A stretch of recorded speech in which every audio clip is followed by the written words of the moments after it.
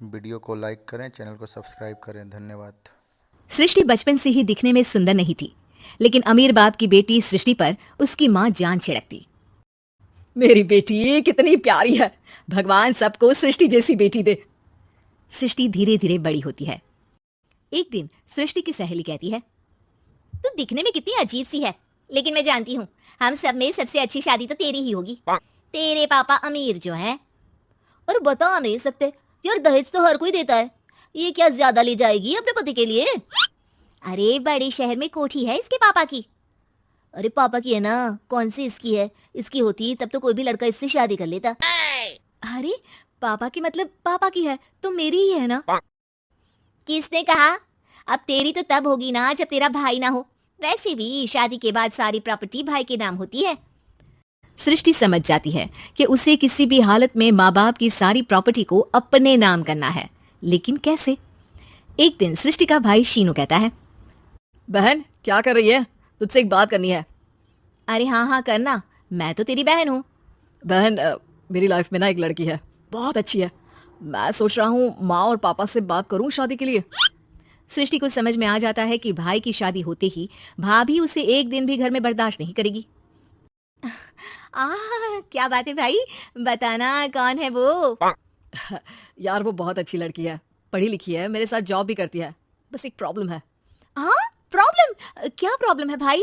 यार वो शादीशुदा है, लेकिन उसके पति ने उसे सिर्फ इसलिए छोड़ दिया क्योंकि उसके माँ बाप दहेज नहीं दे पाए। सृष्टि ये सुनकर न जाने क्यों खुश हो जाती है। अरे भाई तो क्या हुआ, लड़की तुझे तो पसंद है ना। शीनू को लगता है कि बहन उसे समझ रही है। वो इस बात से अनजान होता है कि उसकी बहन की मंशा पूरा घर हड़पने की है। सृष्टि अपनी माँ से कहती है, मम्मी मुझे तो बहुत चिंता है, पता है शीनू क्या कर रहा है? अरे क्या कर रहा है, वो तो काम पर जाता है और वापस घर आता है। नहीं ना माँ, वो यही तो नहीं कर रहा, बाकी सब कर रहा है। आपको पता है उससे प्यार है, और वो भी एक शादीशुदा लड़की से। हैं? ये क्या हो गया? मैं सोसाइटी में क्या मुंह दिखाऊंगी? अरे तेरे पापा तो यही कहेंगे कि मैंने ही उसे बिगाड़ दिया है। माँ देखो, मेरी बात मानो, पापा पर भी विश्वास करने की जरूरत नहीं है। अब आप ही बताओ, पापा इतनी देर घर के बाहर रहते हैं क्यों, बोलो? अरे बेटा वो तो नौकरी करते हैं ना। तू बहुत भोली है माँ, पापा का ऑफिस तो 7 बजे खत्म हो जाता है, लेकिन देखो कितनी देर से आते हैं। अरे नहीं नहीं बेटा, ऐसी कोई बात नहीं है। सृष्टि माँ को एक औरत से बात करते पिता की फोटो दिखाती है। देखो माँ कैसे हैं पापा, मैं ना कहती थी कि पापा सही नहीं है। मैं तेरे पापा से बात करूंगी, दे फोटो मुझे। ओ माँ वो तो डिलीट हो गई। लेकिन चल तूने तो देख लिया ना, पापा से बाद में बात कर लेना, और हाँ मेरा नाम बिल्कुल मत लेना। हाँ माँ। अब क्या था, सृष्टि के माँ और पिता के बीच झगड़ा होना शुरू हो जाता है। सृष्टि के मन में क्या चल रहा था कोई नहीं जानता था। एक दिन, माँ सृष्टि के लिए एक लड़का देखा है, वो लोग शाम को उसे देखने आने वाले हैं। और हाँ माँ एक खुशखबरी, मैं और पापा मिलकर एक नया बिजनेस ट्राई कर रहे हैं। शाम को लड़का आता है, सांवले रंग का। सृष्टि को तो बिल्कुल भी पसंद नहीं आता। लड़की की माँ कहती है, लड़की का चेहरा तो कोई खास नहीं, लेकिन अगर मेरे बेटे को आप लोग सेटल कर दें तो मैं उसकी शादी आपकी बेटी से करवा दूं। सृष्टि को लड़का बिल्कुल पसंद नहीं था।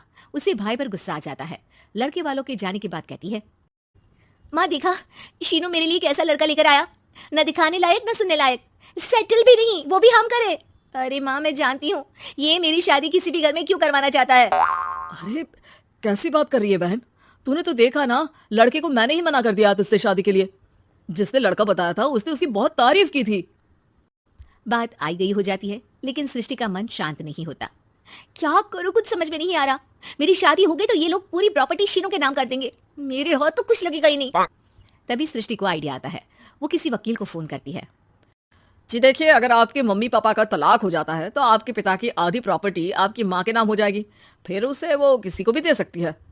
सृष्टि अब माँ को बेटे के खिलाफ भरती है। माँ शीनू पर नजर रखा करो, वो जिस लड़की के प्यार में है ना वो शादीशुदा है। यहाँ आएगी सारा पैसा रुपया जमीन जायदाद सब हड़प लेगी। पापा का भी हाल तुमसे छुपा नहीं है, ऐसा ना हो कि मैं और आप एक दिन सड़क पर भीख मांगे। भगवान, मैं तो जीते जी मर जाऊंगी अगर ऐसा हो गया तो। ऐसा हो गया नहीं माँ, ऐसा ही होगा। अभी समय है, आगे का सोच लो। मैं तो कहती हूँ पापा से आधी प्रॉपर्टी लेकर अलग हो जाओ। पापा की आधी प्रॉपर्टी भी हम लोगों को अगर मिल जाती है ना, तो अगले 7 जन्म सफल समझो।